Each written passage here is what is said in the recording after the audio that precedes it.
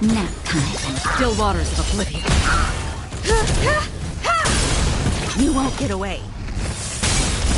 I weep for the departed. It too shall fall.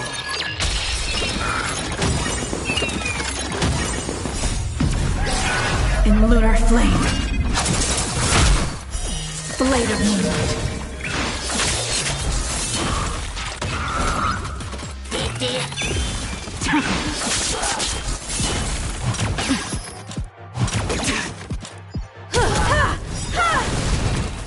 Humanity never conceals its desire to control the heavens, and I'm no exception.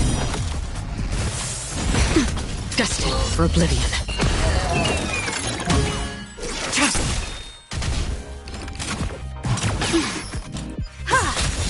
Nap time. On the still waters of oblivion.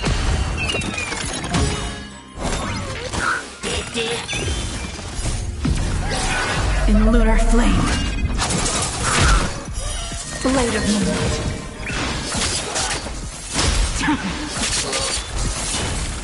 Barely felt it. Just a little something. Think nothing of it.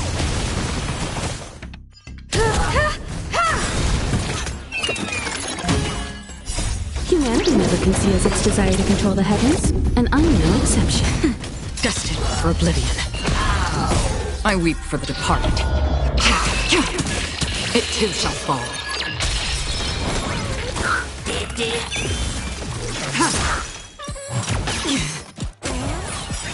Nap time. On the still waters of oblivion. You won't get away.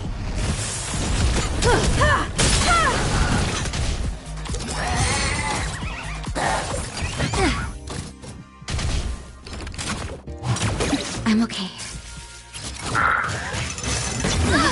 That hurt. Blade of moonlight.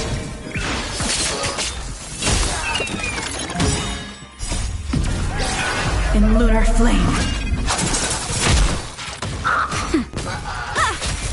Destined for oblivion. You won't get away.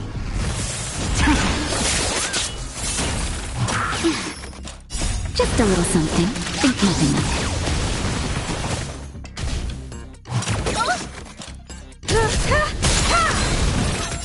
Humanity never conceals its desire to control the heavens, and I'm no exception. I weep for the departed. It too shall fall.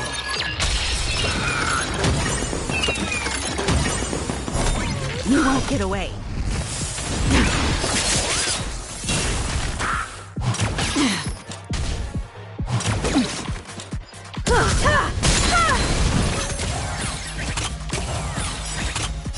Humanity never conceals its desire to control the heavens, and I'm no exception. In lunar flame. You won't get away. Nap time. On the still waters of oblivion. Blade of moonlight.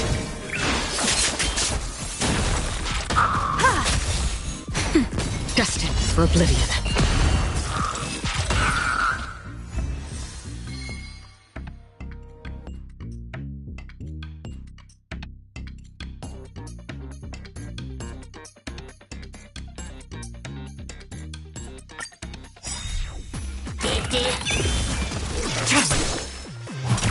I'm okay. Again? Nap time. On the still waters of oblivion. Humanity never conceals its desire to control the heavens, and I'm no exception. I weep for the departed. It too shall fall.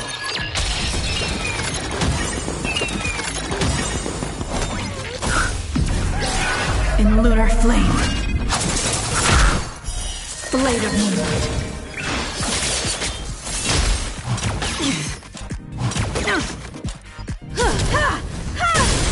You won't get away.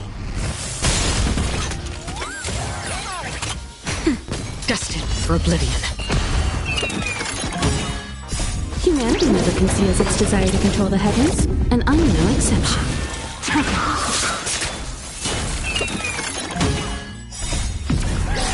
In lunar flame.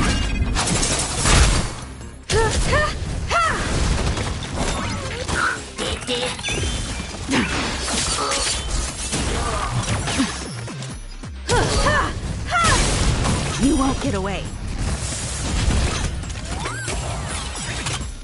Humanity never conceals its desire to control the heavens, and I'm no exception. I weep for the departed. It too shall fall.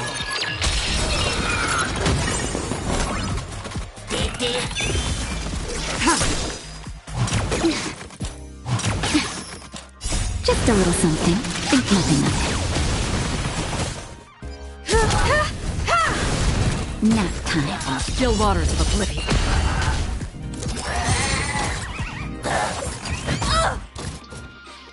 Again. Barely felt it. Blade of moonlight.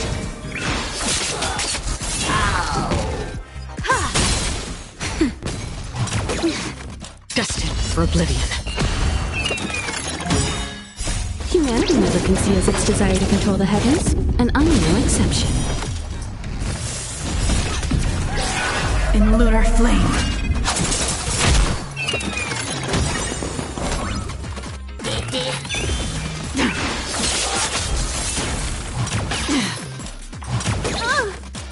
Just a little something. Think nothing of it. Nap time. Still waters of oblivion.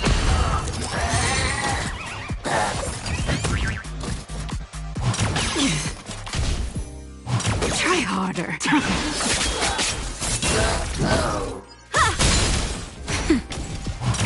I'm okay. Destined for oblivion. Humanity never conceals its desire to control the heavens, and I'm no exception. In lunar flame.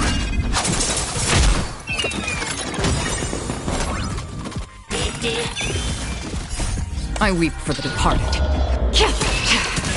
It too shall fall. You won't get away.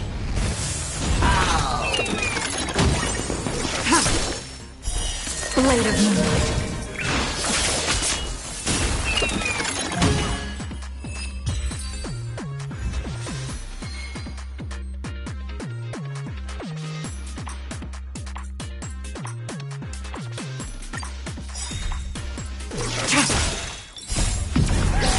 In lunar flame. Blade of moonlight.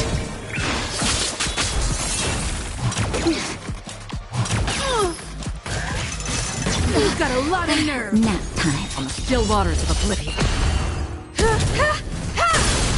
You won't get away. Humanity never conceals its desire to control the heavens, and I'm no exception. I weep for the departed. It too shall fall.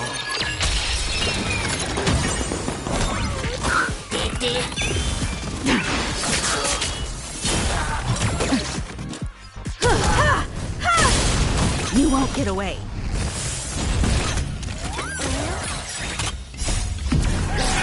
In lunar flame.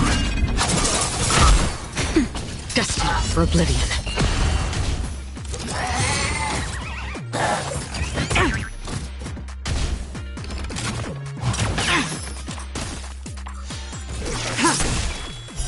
Blade of moonlight.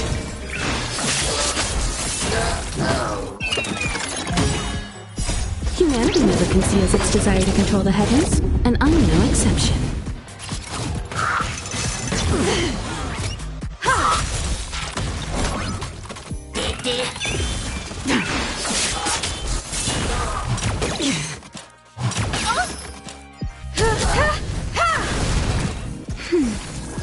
On the still waters of oblivion.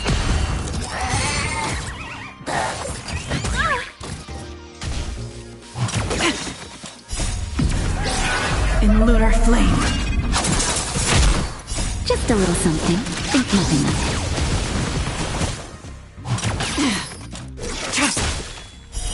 Blade of moonlight. Nap time. Destined for oblivion. Humanity never conceals its desire to control the heavens, and I'm no exception.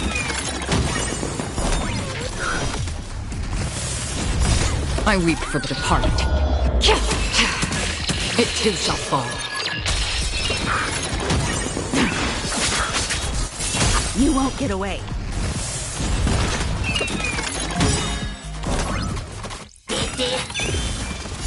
Humanity never conceals its desire to control the heavens, and I'm no exception.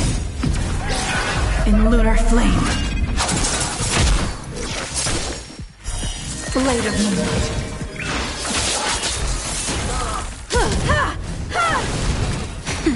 On the still waters of oblivion.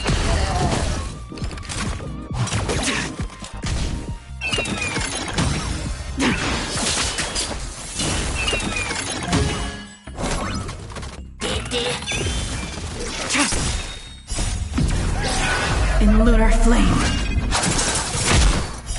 Blade of moonlight. Again. Just a little something. Think nothing of it.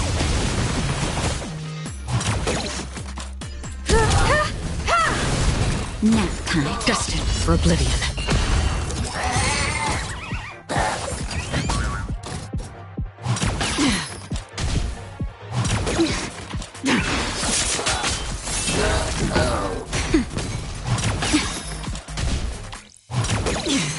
On the still waters of oblivion. Humanity never conceals its desire to control the heavens, and I'm no exception.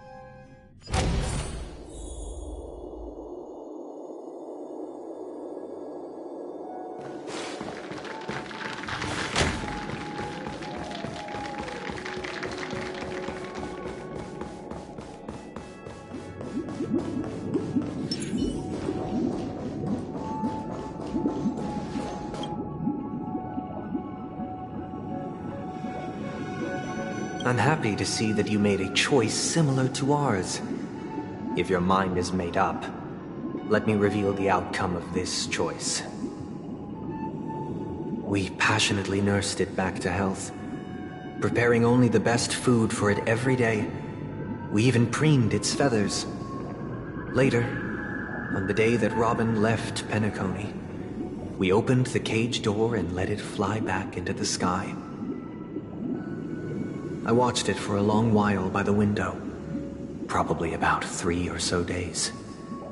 In those 3 long days, the little Charmony dove tried again and again to spread its wings to fly into the sky, but fell to the ground, only to keep trying.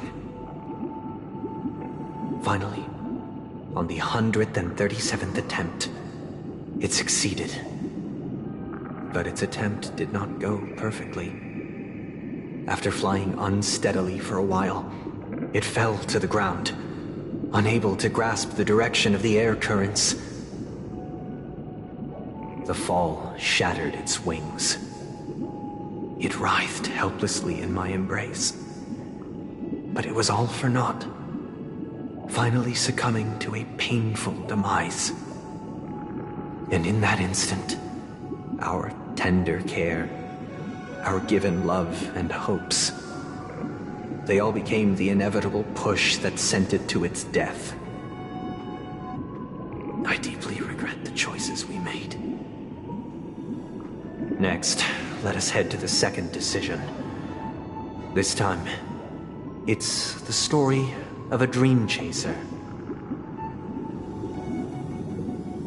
This story happened when I was appointed as Bronze Melodia, a position exclusive to the Oak family, charged with listening to the problems and vexations of dreamscape residents, and providing them with the relevant guidance.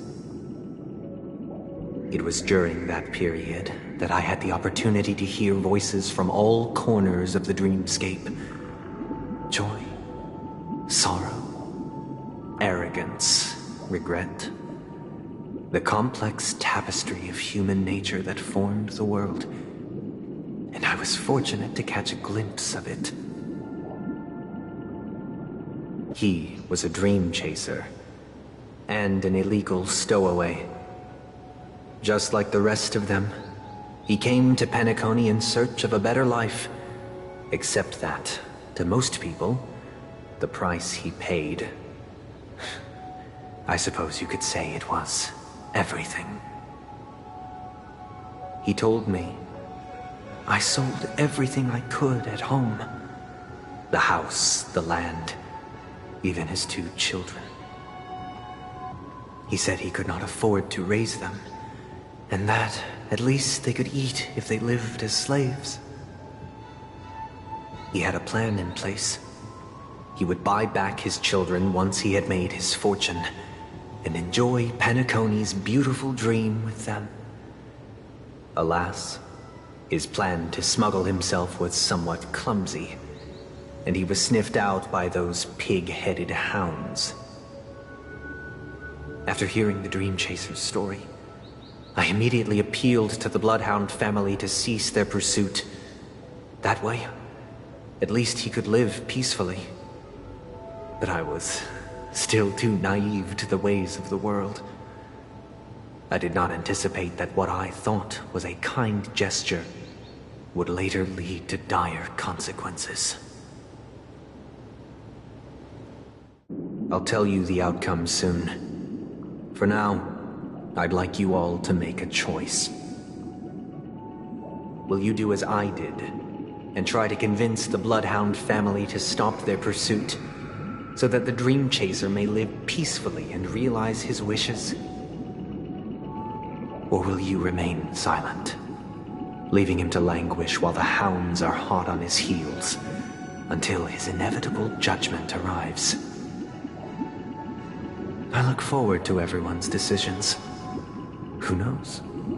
Perhaps they might even alter the outcome of this tragedy.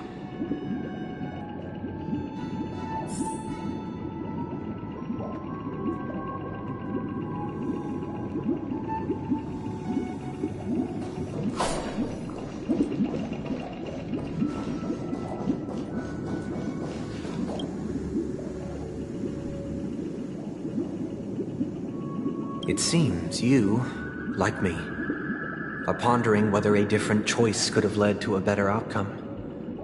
Sadly, his fate would only be more tragic. Say he never gets caught. He would only die from delirium. The methods with which illegal stowaways enter dreams are unorthodox, not flawless like the hotels. Living in the dreamscape would be a mere pipe dream. Should he be apprehended, could the hounds afford to turn a blind eye?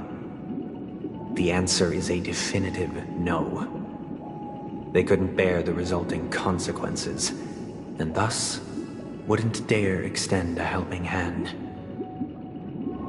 As to your choice, I once again offer my heartfelt apologies. Next comes the third and final decision. And the story this time is my own. This story happened the day I was appointed the Oak family head.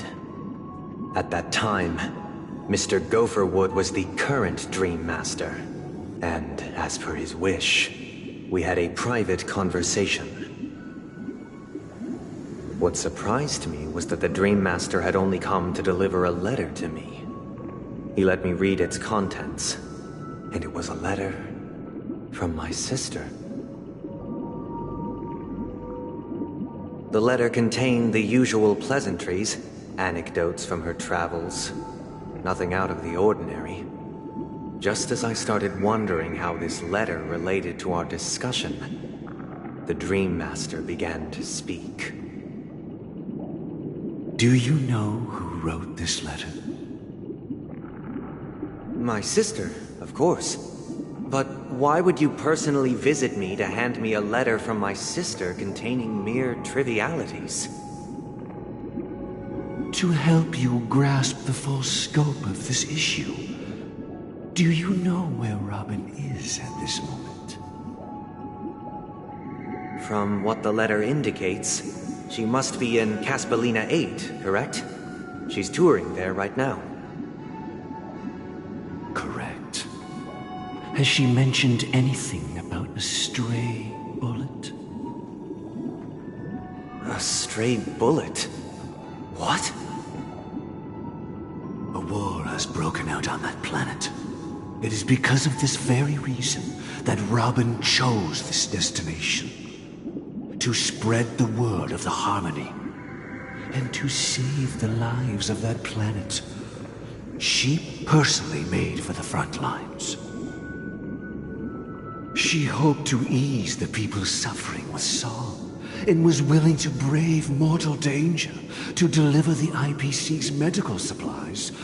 Unfortunately, stray bullets show no such compassion. Is she all right? If the operation was successful, she should probably be recovering in the field hospital. By the eon above, the bullet struck her neck directly, yet possibly as a reward for her consistent deeds of harmony. It didn't hit any vital arteries. Once you've attended to your outstanding tasks, it'd be advisable to write her back as soon as possible. Those damned savages! I'll pack my bags right away. My gratitude for bringing this to my attention, Mr. Gopherwood. Now you understand why she always wears such elaborate neck ornaments, don't you? How could this happen? Miss Robin. It's all in the past, so please don't worry. I share this in the meager hope that you will understand the Harmony's limitations and predicament. As grandiose as the strong defending the weak sounds, many times, it is nothing more than wishful thinking. Likewise, I've prepared one last question, one last choice. But rest assured, this choice will not have any grave consequences. Because this is merely a figment of imagination, a nightmare that has haunted me through countless nights. If you ever had the opportunity to make a choice like I did, would you still support Robin's journey on the path of harmony?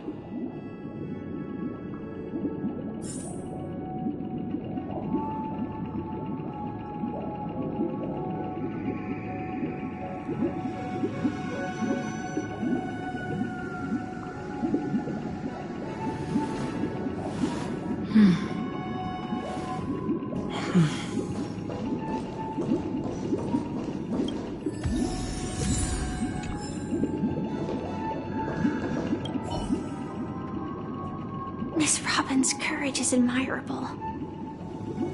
And here I was thinking she was just another superstar celebrity.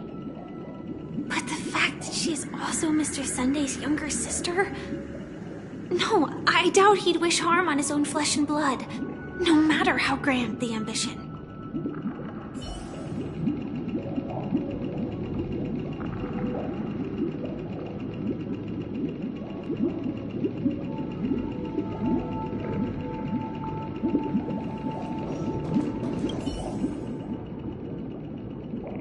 I often feel like I've dreamt of similar scenes on certain nights. In the dream, I see blurry faces. I don't know who they are, but I sympathize with all of them. Fighting for survival against some unfathomable force. Their confusion and fear are lucid to me. But I also remember they chose never to give up. Just like Miss Robin. If Mr. Sunday's question leaves you puzzled, you should find the answer from your own experiences. With each trailblaze, dangers and tribulations will surely follow. But would you ever back away? Would you stop March and Don Hung from reaching their next destination? I believe you have an answer of your own in your heart.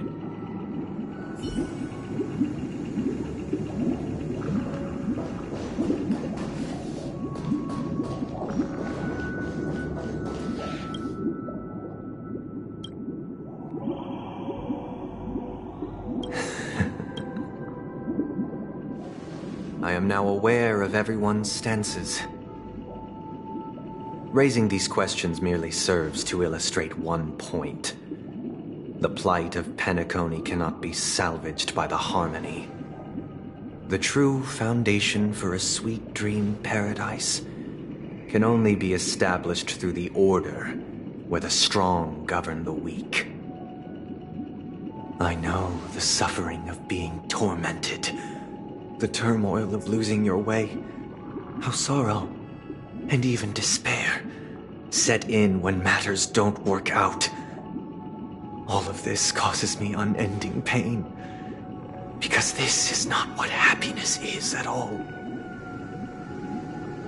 We must teach the weak how to live a happy life, and this life isn't some noble propriety that the upper crust preaches, but in definitive terms, a way of survival that belongs to everyone. So what is your definition of living a happy life? Good question. Human consciousness is fundamentally an illusion, a cage known as self-worth.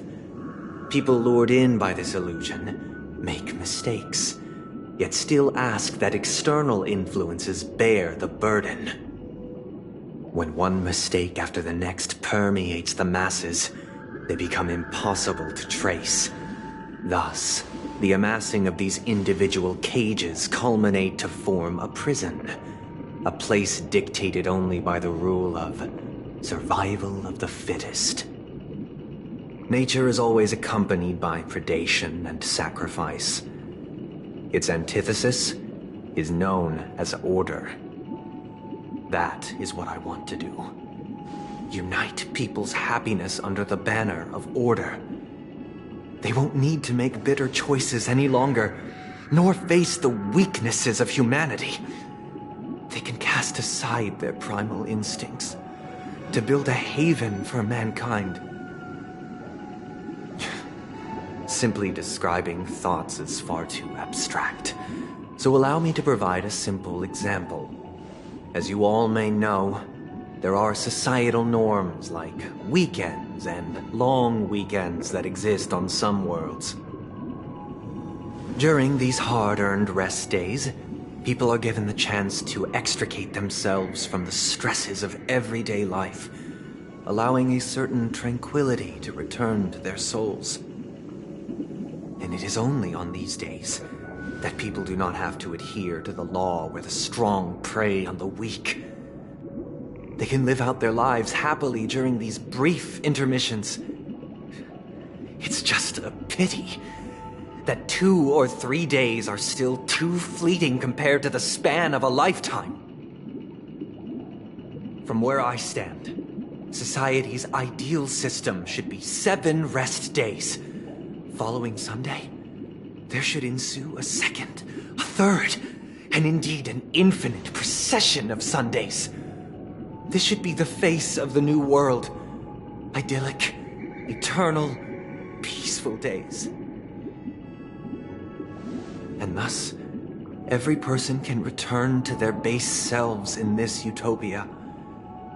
Some gaze in reverence at the stars, pouring their whole beings into calculating the distance between us and the isolated world of Pagana.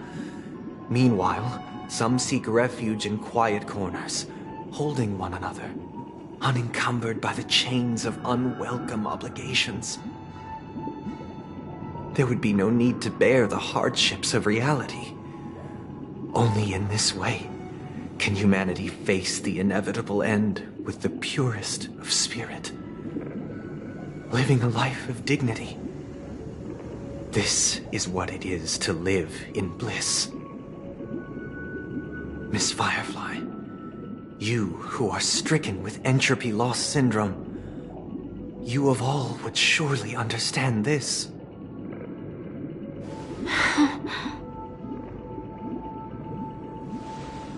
It sounds like a flawless theory.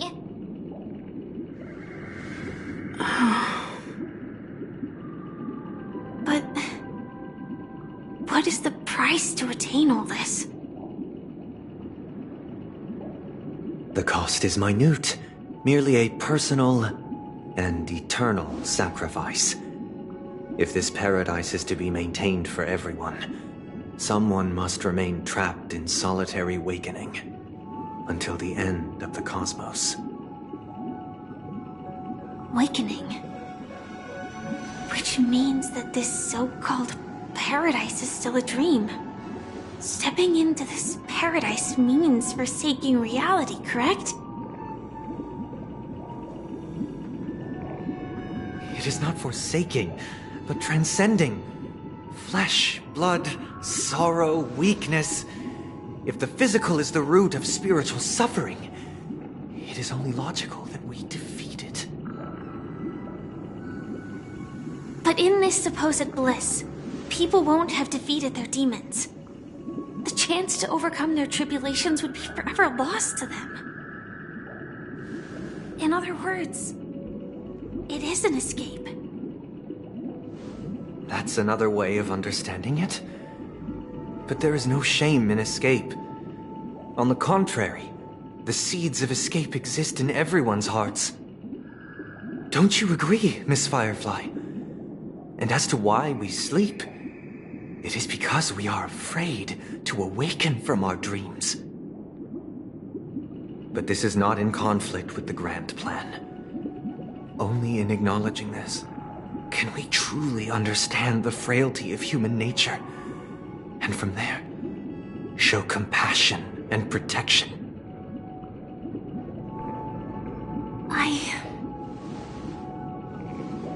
I admit that you are a born leader. Your perspective on humanity brims with pessimism. Yet you express compassion for all, even when your heart pities them. But unlike you, I live for the self. From my perspective, individuals making choices for themselves is their birthright. The want to escape may be innate in the weak. But whether they are weak or not, it is not up to another to decide. Perhaps in your mind, you also view me as weak?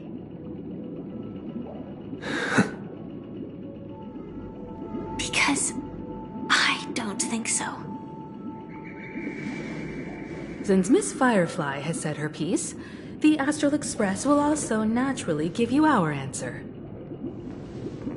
We'll leave it to you. Just as Mr. McHale instructed before. Tell him our choice.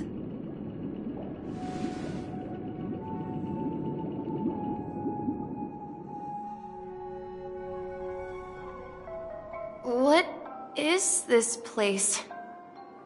Does this place ring any bells, Misha? I don't know, but I feel a sense of déjà vu. What is this place?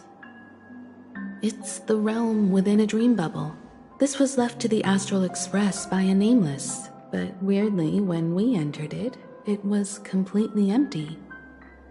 Dr. Edward from the Dreamscape sales store told me that Dreams are formed from memories, and a dream bubble can't take shape if its core is empty.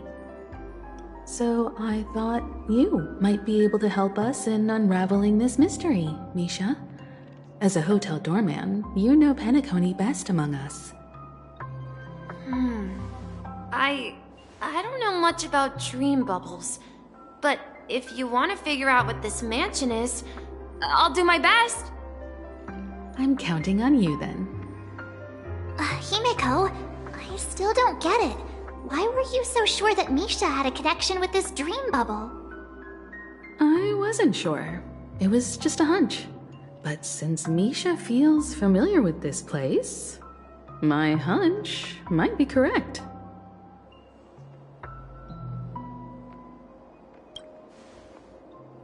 Exactly. This is where you and Firefly encountered death, which we now know as dormancy. Considering its connection to Dreamflux Reef, it's not surprising it appeared here. The question now is, who brought you here? Based on the clues we have so far, it's unlikely to be that masked fool, so identifying them is crucial to us. We're drawing closer to the truth once more. Let's give Misha some time, as I believe he'll unveil the secret of this dream bubble. Alright, but there are doors all over the place. Which one should we choose? Do you have any idea, Misha? I guess...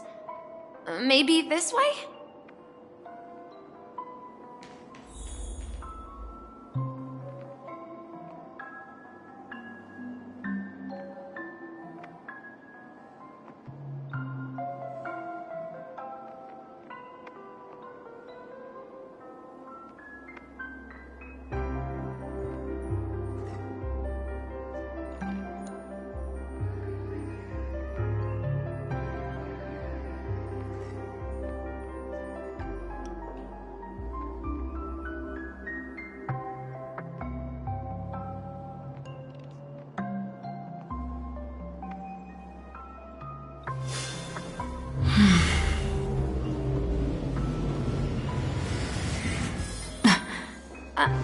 I'm not entirely sure, but let's give it a try.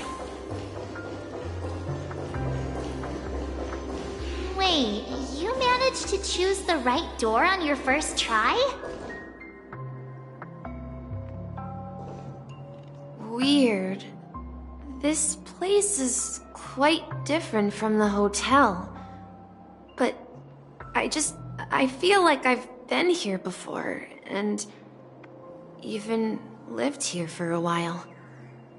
If I remember correctly, there should be a fireplace down that hallway. Clocky and I used to sit by the fire, listening to the crackling of firewood. And the room on the other side was the toy room.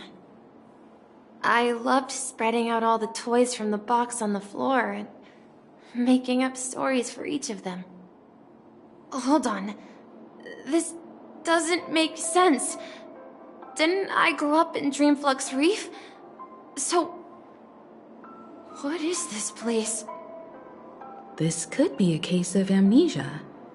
Don't worry, Misha. It's common for everyone to forget certain aspects of the past. Those memories haven't vanished. They're just lying in the depths of your mind. We can surely get them back.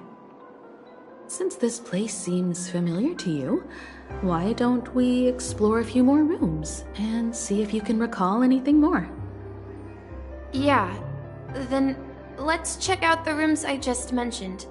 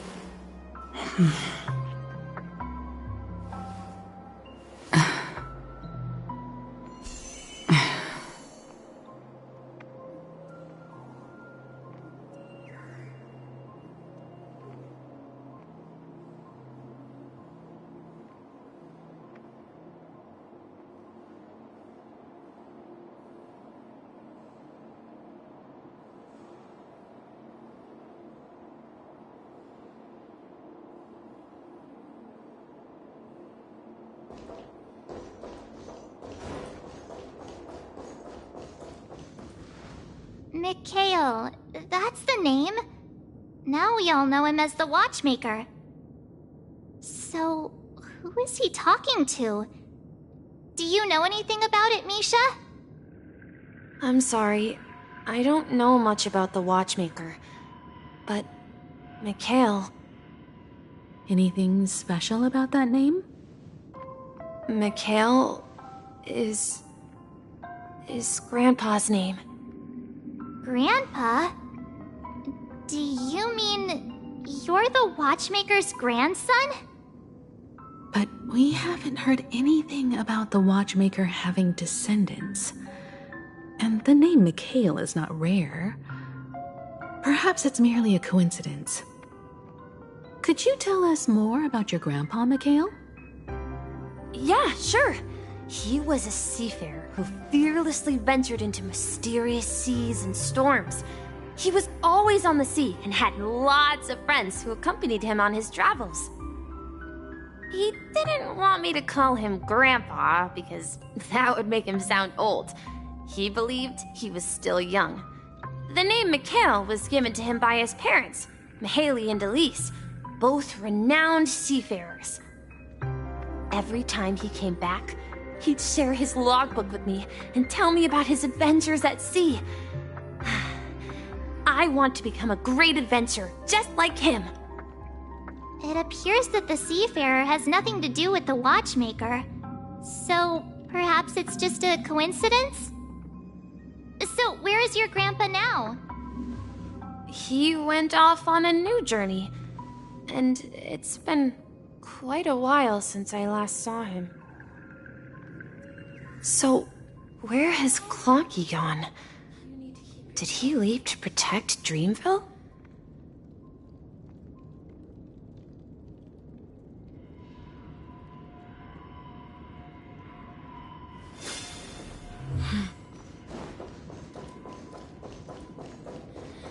Tick-tock.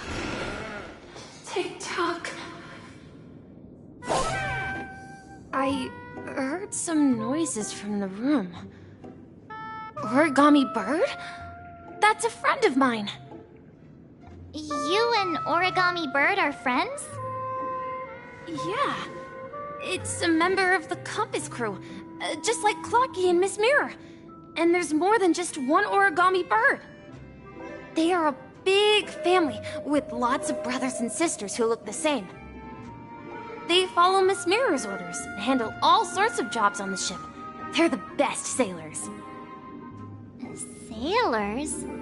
Can Origami Birds be sailors? Could you tell us more about the compass, Misha? The Compass is a ship bound for the New World. Clocky and his partners travel through layers of fog to the depths of the sea. Whenever there is danger, Clocky will use a compass and guide the ship in the right direction. That's a great story. But in the Penacony cartoon, Clocky and his partners have always lived in Dreamville and never ventured out, right? Huh?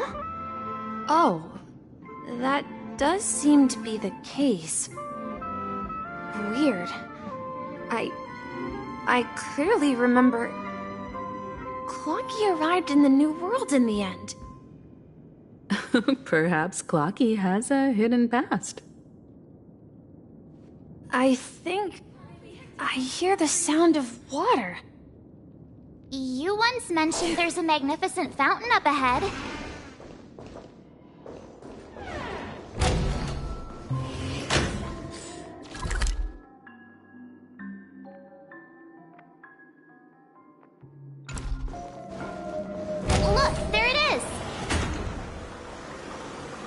The water resembles a precious jewel embedded in the dreams of all seafarers. Every time I gaze at the shimmering lights beneath the waves, it feels as though I'm back in this place, standing by your side. Have you recalled anything, Misha? Yeah, I saw these sentences in Grandpa's logbook. He used to say that despite the perils of the sea, whenever he stood on the deck in the afternoon, overlooking the sparkling waves, he would think of this fountain in front of his house. He often said that those moments felt like returning to his family's side, and the difficulties at sea didn't seem quite as challenging. You know, I quite understand such sentiments.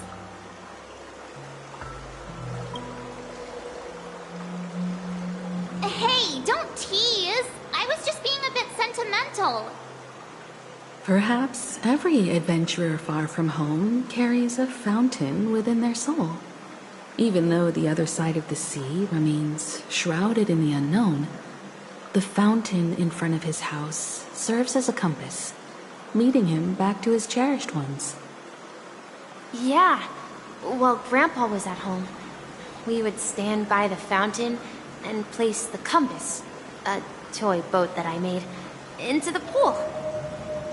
Back then, I would ask him when I could go on adventures like him, and he would always laugh and say I was still too young. It seems this Mikhail is truly a seafarer and has nothing to do with the watchmaker. Yeah. Based on Misha's recollections, the scenes in the dream bubble appear to be his childhood memories. But this raises more questions.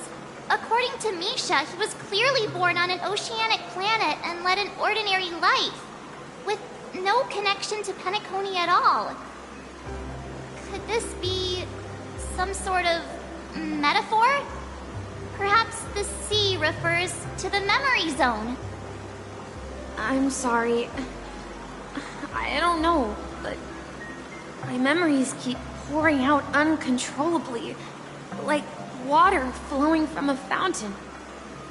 Perhaps I'll remember more things if we go further.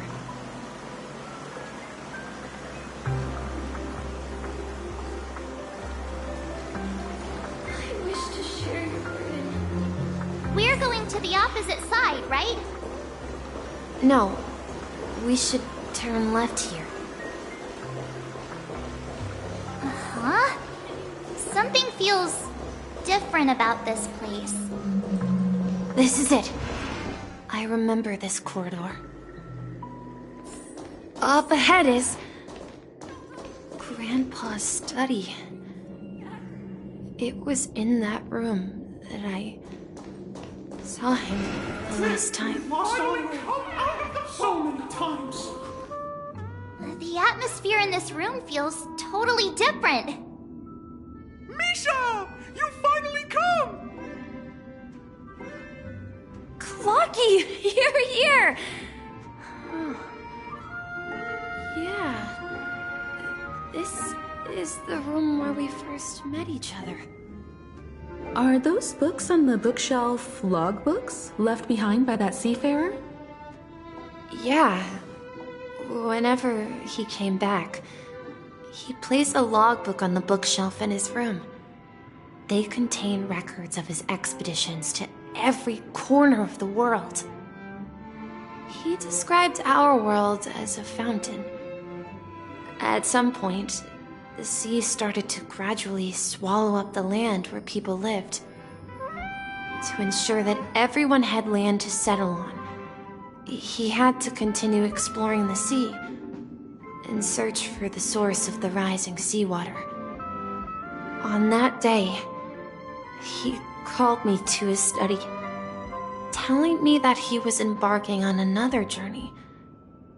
However, I could sense the gravity in his expression. It was the same look I had seen on my father's face before his final voyage.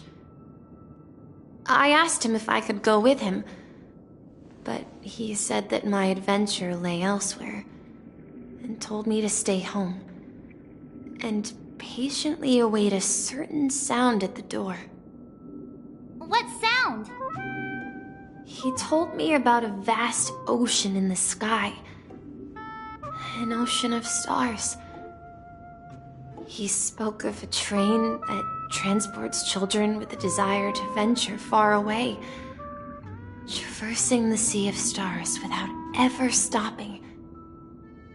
He said that he knew the crew on the train, and that he had asked them to take me along. He said the journey I had always dreamed of would start there. A train? Could it be? It's the Astral Express. I remember now. Grandpa's friends are a group of nameless who came to this world to resolve a disaster caused by a star. Then, he gave his pocket watch to me. It was his cherished treasure, appearing in every one of his adventure tales. He explained that difficult times were ahead, but assured me that the watch would guide me. He said, as long as I kept moving forward, I'd eventually reach my desired destination. And then, it was as if I heard the distant sound of a train whistle, echoing throughout the room. Exactly, Misha! And then we followed that whistle, didn't we? Yeah. I think I can still find the way we took back then.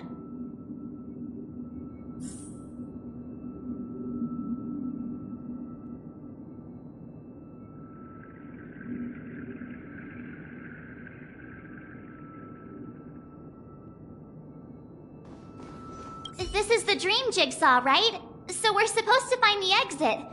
But where can we find the last piece? Do you remember? You said you obtained a mysterious shard when you stumbled into this place. Hey, the shape seems to match. So this shard is also connected to Misha? Looks like we're just one step from revealing the truth. Let's get to the other side and investigate.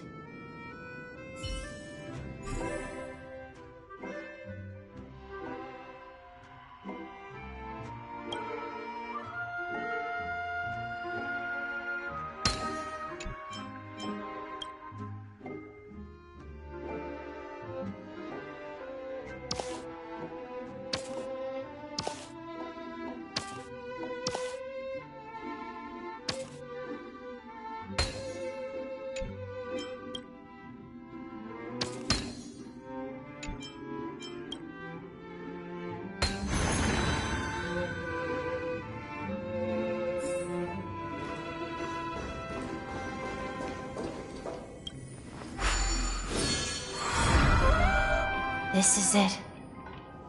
This is my room of clocks.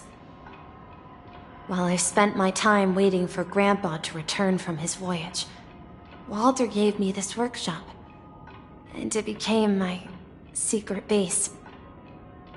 Here, I learned how to repair clockwork and gears, out of my fondness for precision mechanics. In my dreams, I was the captain of the compass, embarking on adventures with my companions, Clocky and Miss Mirror, in search of the new world. I was born and raised here. So, this building in the dream bubble is your childhood home? Yes, but not exactly. To be more precise, this dream bubble itself is my home. Looks like you've remembered everything now. Wait. Why does it feel like everyone else knows something I don't?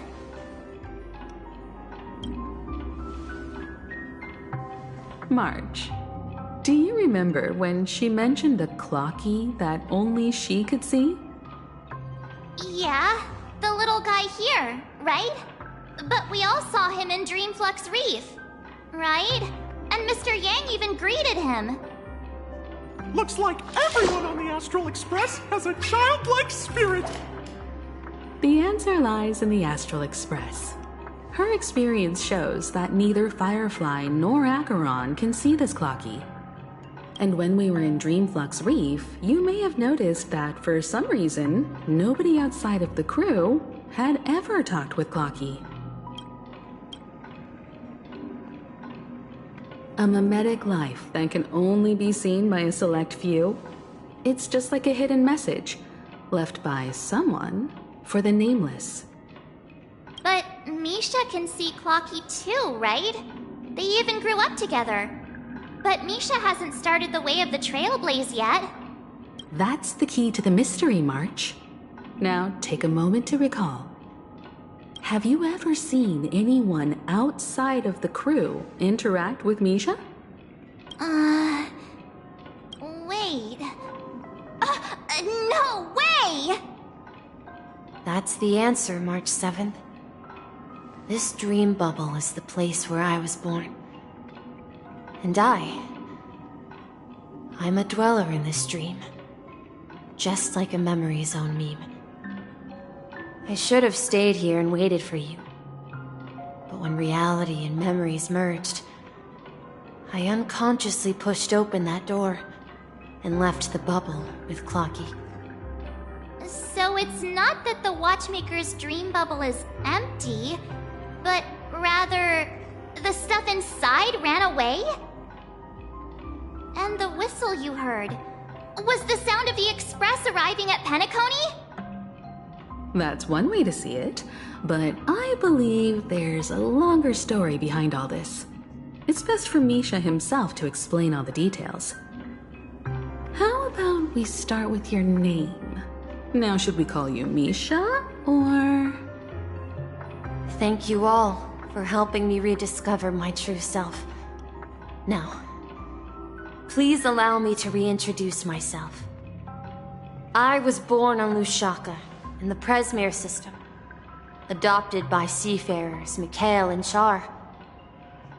They gave me a treasure, a name that carried their hopes. Mikhail Char Legwork, or simply, Misha. If you prefer, you can call me by a more familiar name, the Watchmaker. So, you're the Watchmaker himself? Unfortunately, that legendary figure is no more. I am only a reflection of his life. As for the child who has been with you, he's the innocent protagonist of Misha's childhood dream. A friend of Clocky, a young apprentice, and a future mechanic on the Express. And this also marks the beginning of his journey, devoted to the Trailblaze. At the end of the journey, I left this little flame, which I so cherished, in my deepest dreams, hoping to pass it on to the nameless of future generations. However, he somehow left the dream bubble and forgot all about his task. I apologize for all the confusion this caused.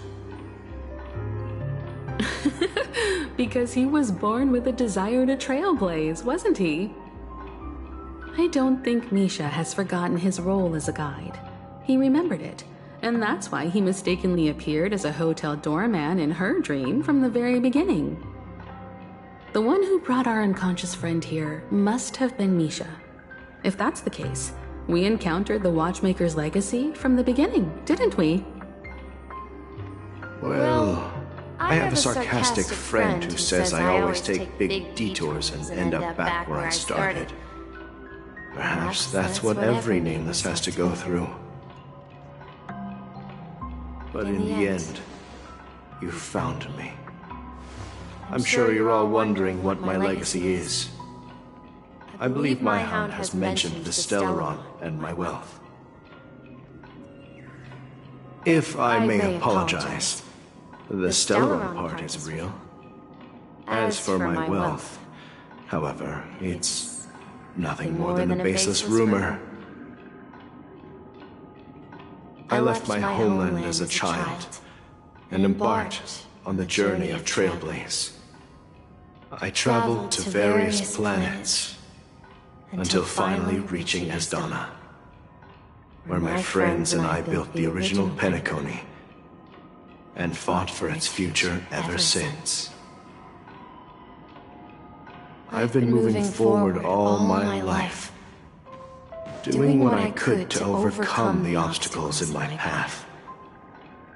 But ultimately, my journey reached its end, and I left behind no possessions worth entrusting. So, if you ask what's left within this worn-out train engine that can be called a legacy, I suppose it's the things that are still burning in the engine's furnace. Now that you're well aware of the current situation of Penacony, I certainly hope that you'll help me get this world back on track. But I'll leave that decision to you, for the path of Trailblaze is never paved by others. All I have for you is a story and 2 gifts. I want to give you my pocket watch. It has accompanied me throughout my long journey, guiding that naive child forward, and has been blessed with the presence of so many great people up to this day. And my hat, too. The one who navigated for me placed it on my head and planted a fanciful thought in my mind. The trailblazing expedition will never end. Now, it's time for you to make your choice. Once you've made up your mind, open that door and enter the long dream of an old man. I'll be waiting for you at the end of this corridor of time. All right, everyone. Let's make a decision. Although I don't think anyone will have any objections.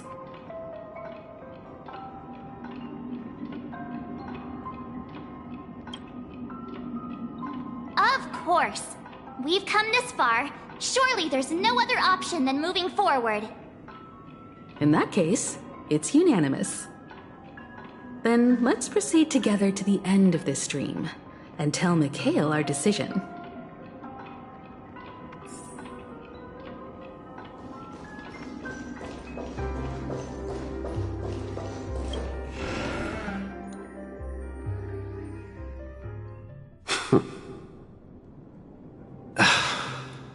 Mikhail, where are you going? Someone has to step up and save Lushaka. So why can't it be me, Misha? Please don't go. And if you must, please take me with you. Don't leave me alone. Even without me, you know how to proceed forward, brave Captain Misha. The compass is waiting for you. Haven't... Now go! Board that train and start your journey! Where are you going, Mikhail? I'm going to clean the floor in the parlor car. I've promised the conductor. Wait, first tell me, did you fix this watch? Yeah? I know what it looked like before. Its chain was broken, the back case torn, and the marks on the dial all worn out. How did you manage to fix it?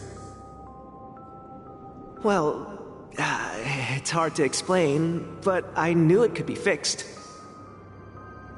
It's the hands, Mr. Amundsen. Its hands were intact and pointing in the right direction, so I knew there would be a way to fix the rest. I see. You'll work with me from now on. Haven't you always wanted to tinker with this train? You're its mechanic now.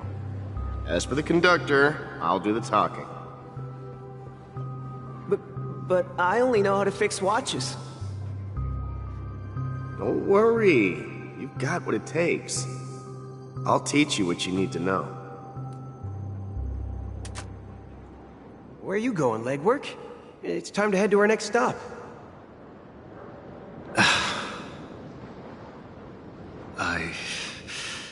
I'm staying in Astana with Rosalina and Tiernan.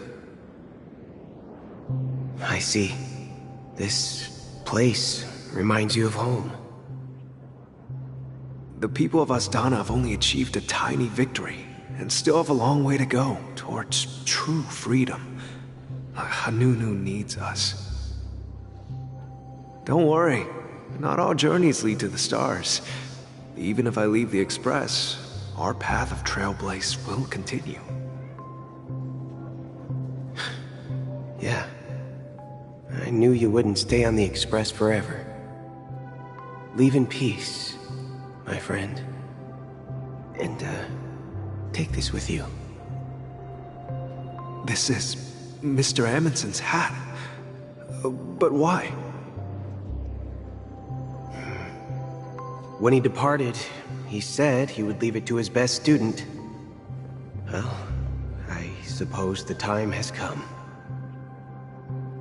Farewell, legwork. Take care of Tiernan and Rosalina.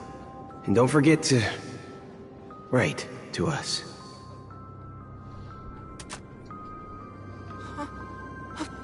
Where are you going, Watchmaker? Don't worry, Micah. Just going on a little trip. Someone has to be at the forefront of the interstellar frontier, and I'm the only former Nameless in Penacony.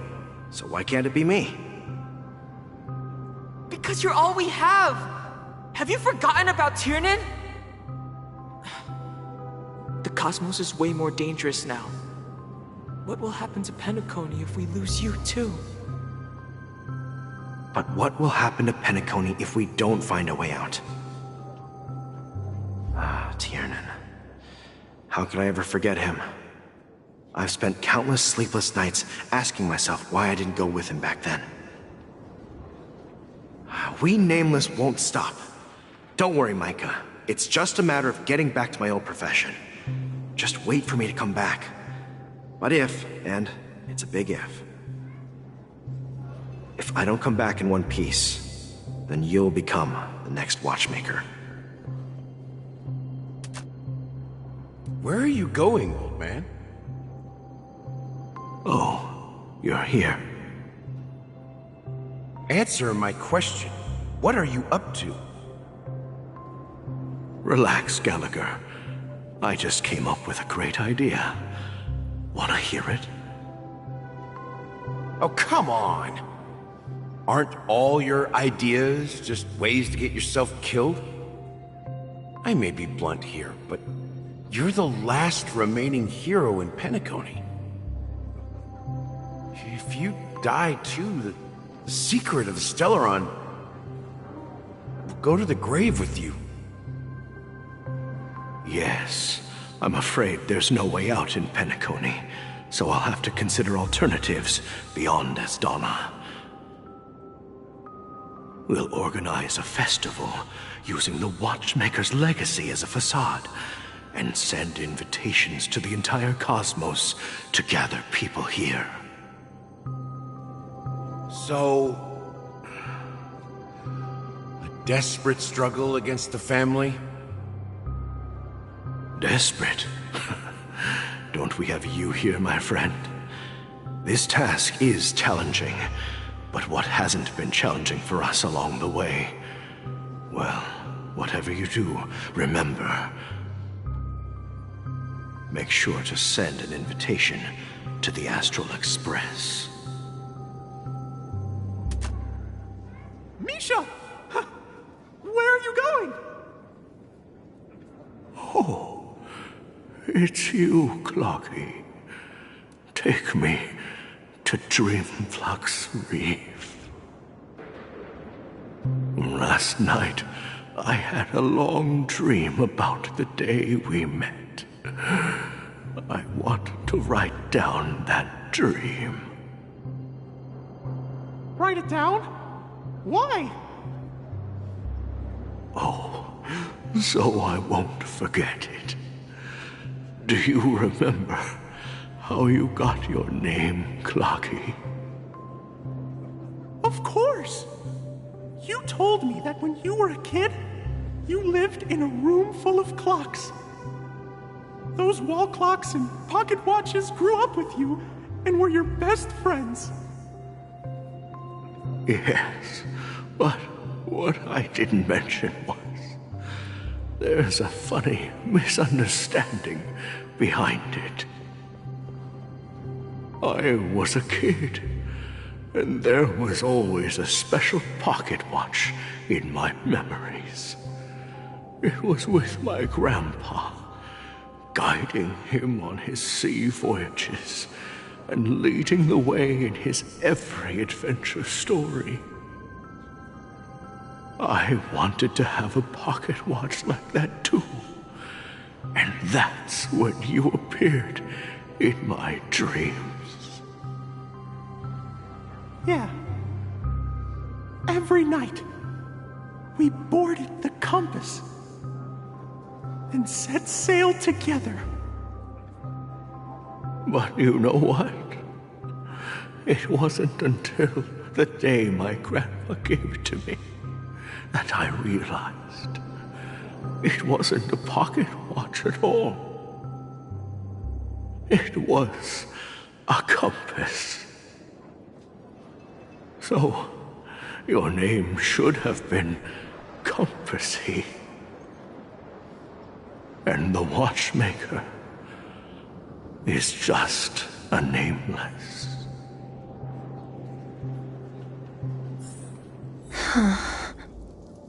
We've arrived at Dreamflux Reef. So, where to next? You know, Clocky, I don't think I'll be going anywhere else. Please, wait a sec!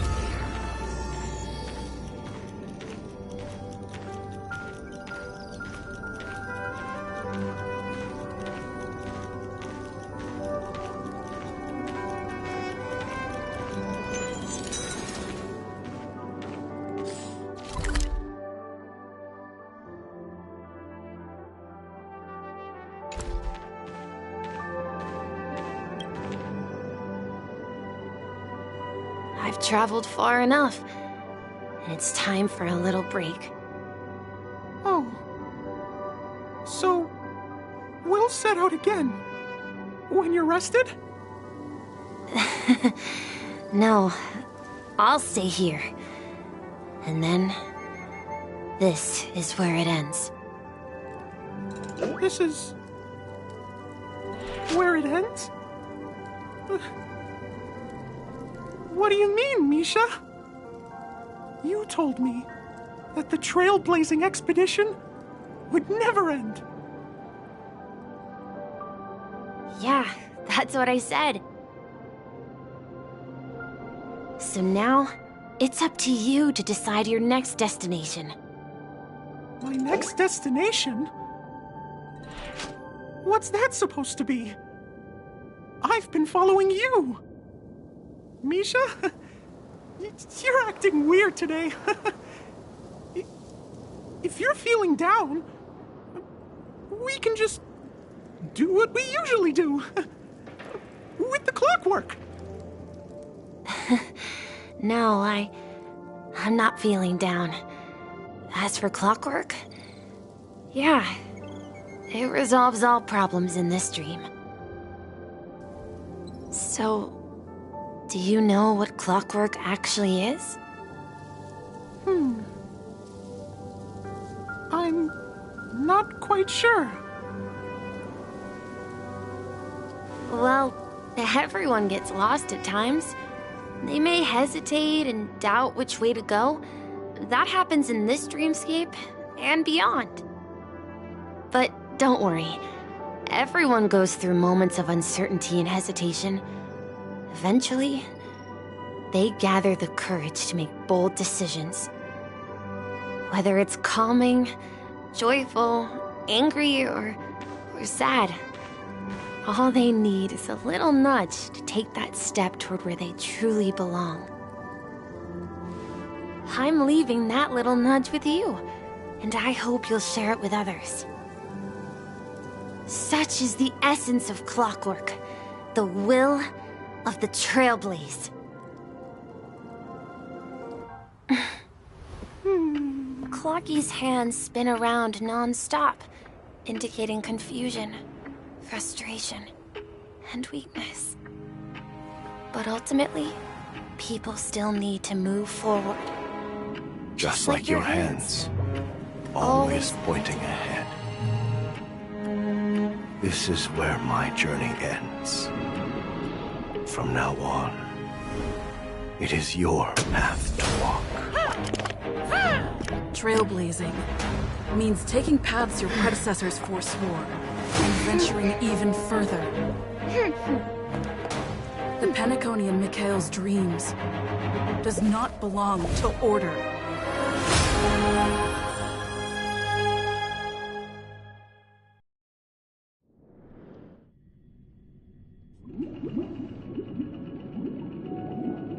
I can't believe that Eon would cast a glance at Penacony at a time like this. Is it because of the resonance from the legacy of the Trailblaze? Or perhaps the bond between you is so strong that it even impresses an Eon? Well, there might be another possibility. Perhaps they want to witness, on behalf of the fallen Eons, who will hold the future of Penacony. If that's the case, on behalf of the Dream Master of Penacony and the 107,336 members of the Oak family, I'm extending a formal invitation to all of you.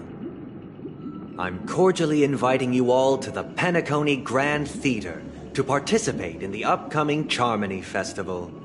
And, of course, you won't be in the audience, but on center stage. Since the future of the Stellaron, Penacony, and even the entire cosmos is at stake, let's draw a conclusion there, in all fairness. If you truly believe in Akavili's path, then show me their courage and determination.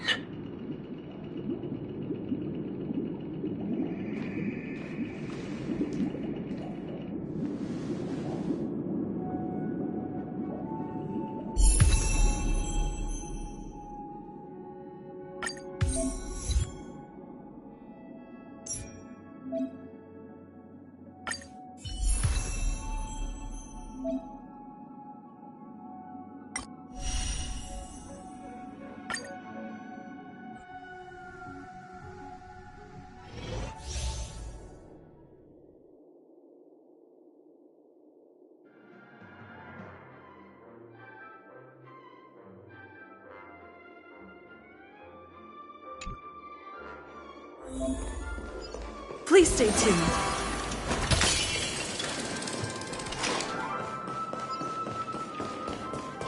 We need a strategy. Please stay tuned.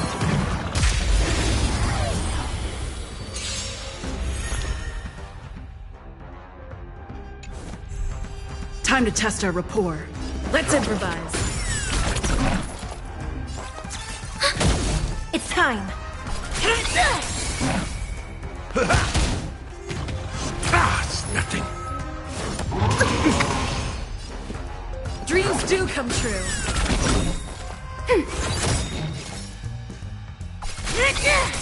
That's all you got? By the order, execute the Marastruck!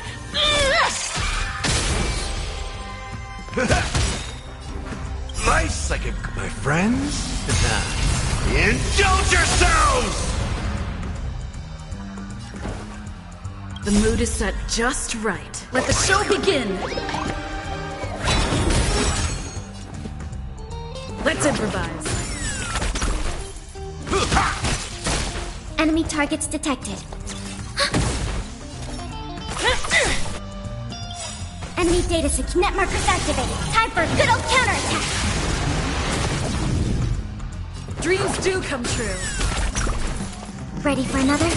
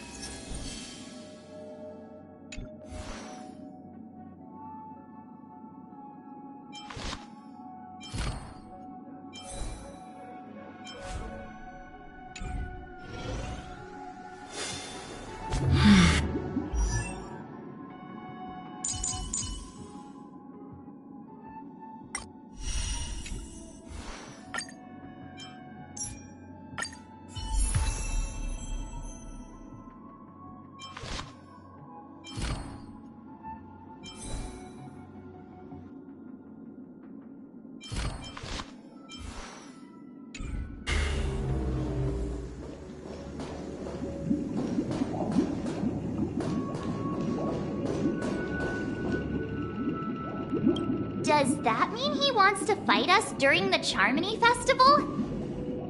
I'm afraid so.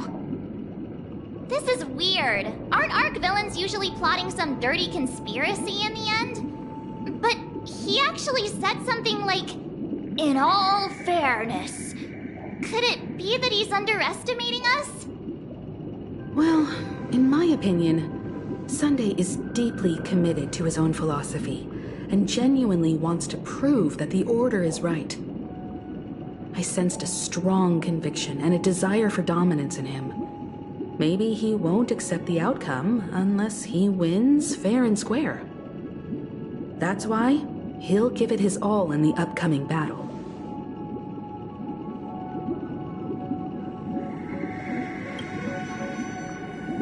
Yeah, you're right. We've even dealt with a Lord Ravager of the Destruction, so a follower of the Order won't be a big deal. Anyway, we can't leave the Stellaron unchecked. This is about trailblazing a bright future for Penacony and fulfilling Mikhail's and his predecessors' long-cherished wishes. Now that we've taken up the mantle, we can't afford to fail them. However, the same applies to the Order. Their plan didn't materialize overnight, and they have the profound collective consciousness of the planet of festivities behind them. A desire to dream, to slumber and escape reality. All those hidden emotions have given birth to the sweet dream of the Order. They've harnessed the will of an entire planet to create an Eon. This confrontation is far more complicated than a simple power struggle. To secure Penacony's future, fighting on the stage alone is not enough. What do you mean? Are you not coming with us? I believe Firefly is trying to say that she's heading off to another battle.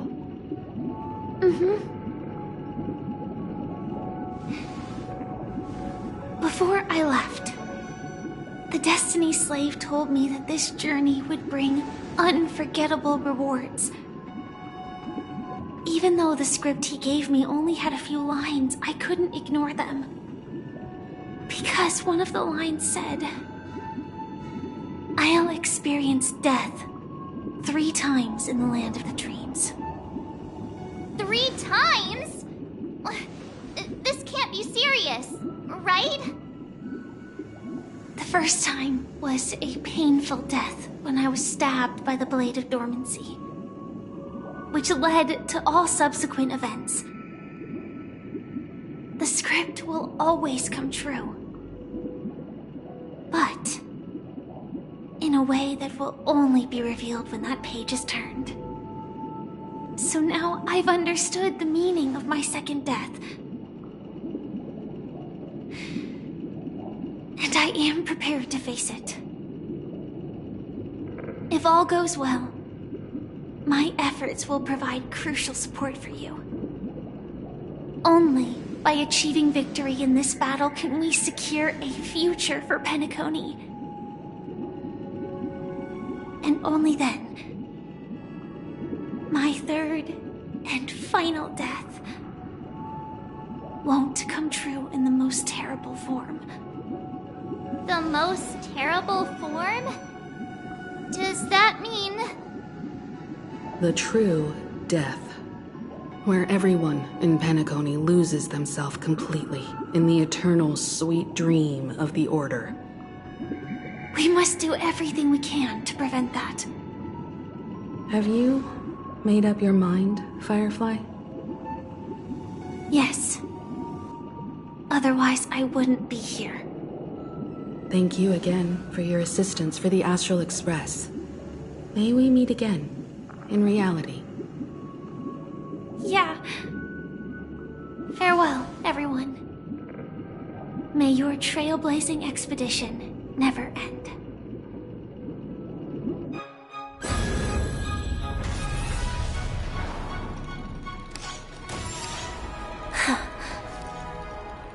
I dreamed of a scorched earth. Everyone, are you ready? A new shoot sprouted from the earth. It bloomed in the morning sun and whispered to me. Like fireflies to a flame, my biggest death. May we meet again in reality.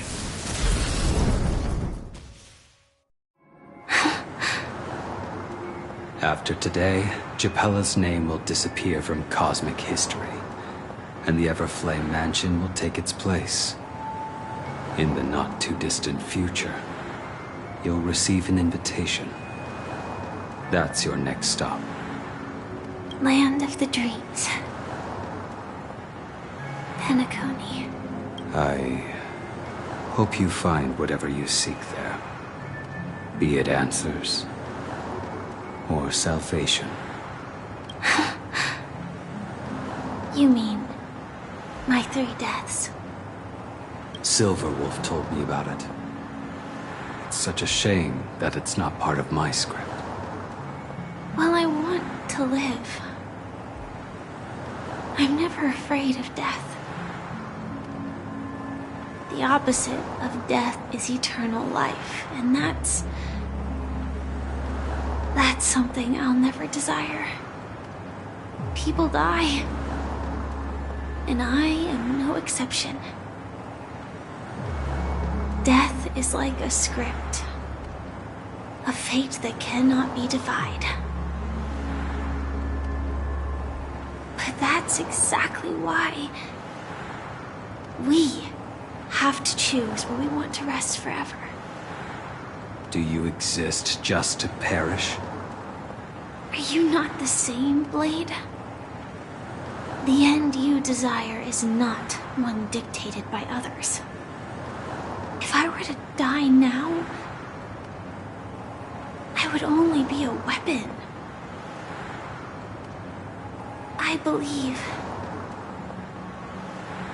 I should die as a human. Though its definition escapes me, isn't this the answer that ordinary people look for their whole lives? A name that can be carved onto their tombstone. A tombstone that belongs to me once bore the inscription, Glamoth's Iron Cavalry. Then it changed to Stellaron Hunter. But one day, it will bear the name Firefly. And all the brilliance she showed at the end of her life.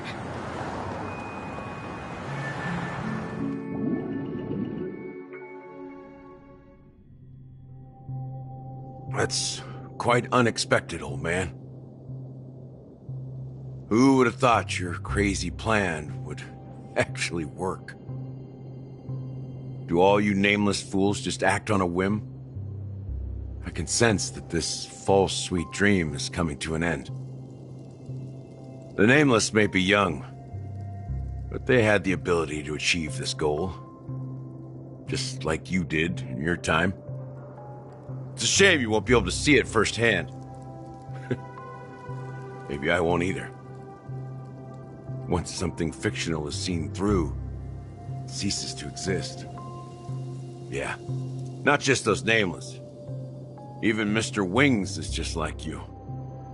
Stubborn, won't listen or give up, no matter what. Well, fate is unpredictable, I guess.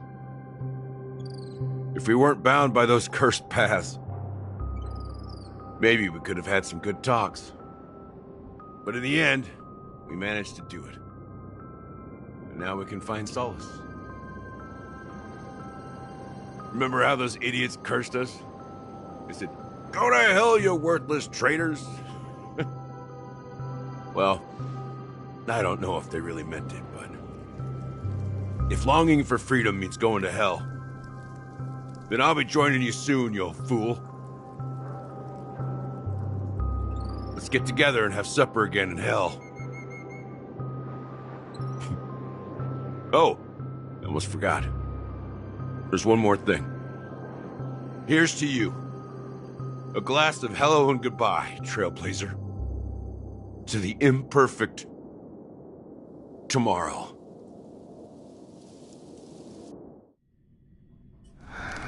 It's warm here, isn't it? You're lucky to have found shelter from the rain. Let alone fresh berries in this desolate place. I was just following the scent of life. It's particularly strong in a place like this. It's a shame these berries don't have much flavor. Seriously? In case you didn't know, this fruit is pretty juicy. The only downside is that when you chew it, it becomes extremely spicy.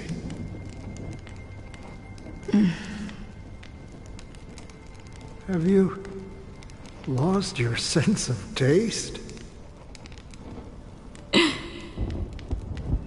I can still taste certain things, like a faint sweetness. Before coming here, I stopped by a place called Orkron. It had barren cliffs and nights lit by bonfires. Burgundy snow would fall from the sky, and when it landed on my tongue, it tasted like raspberries. The flavor wasn't exactly sweet, but it left a lasting impression. When I think back on my past, I realize that what's tying everything together isn't the big events, but rather these small yet unforgettable moments. Don't worry about it. Losing oneself is a reality that every self-annihilator must face. At least, I haven't completely lost my senses and memories yet. Well, congratulations on adding another footnote to your journey. By the way, are you always alone? No, I had a companion in Orkron. She's a short, nameless girl who aspired to explore IX. She always said she'd walk a path deeper and farther than Akavilis. Quite an ambition for such a small girl. So, what happened? She became stagnant water. Well, my condolences. Condolences. I don't need them. The girl left with a smile. She never regretted her choice and most definitely wanted me to say goodbye with a smile. So, that's what I did. That's proof that you're grieving for her. Or perhaps I'm just afraid. Afraid? I rarely sense that emotion from you. What do you fear? I'm afraid I'll forget the 30 days I spent with her, just like all the other days in my life. Most of them have already washed away with the rain, disappearing into an unseen realm. I fear that those vivid red memories will fade away too. There isn't much color left, and besides this faint, warm red, there's almost nothing. Hard to imagine. A ranger accustomed to bloodshed, destruction, and chaos finding warmth in the red color. Because I have experienced this warmth many times. Long ago, I promised someone that I'd bring it to more people. And that for every remaining moment of my life, I'd strive for a better ending for all. As long as this red color still lingers, I have a chance to fulfill that promise. It represents a burning fire, a blooming flower, the berries in this cave, and life itself, fleeting yet still dazzling.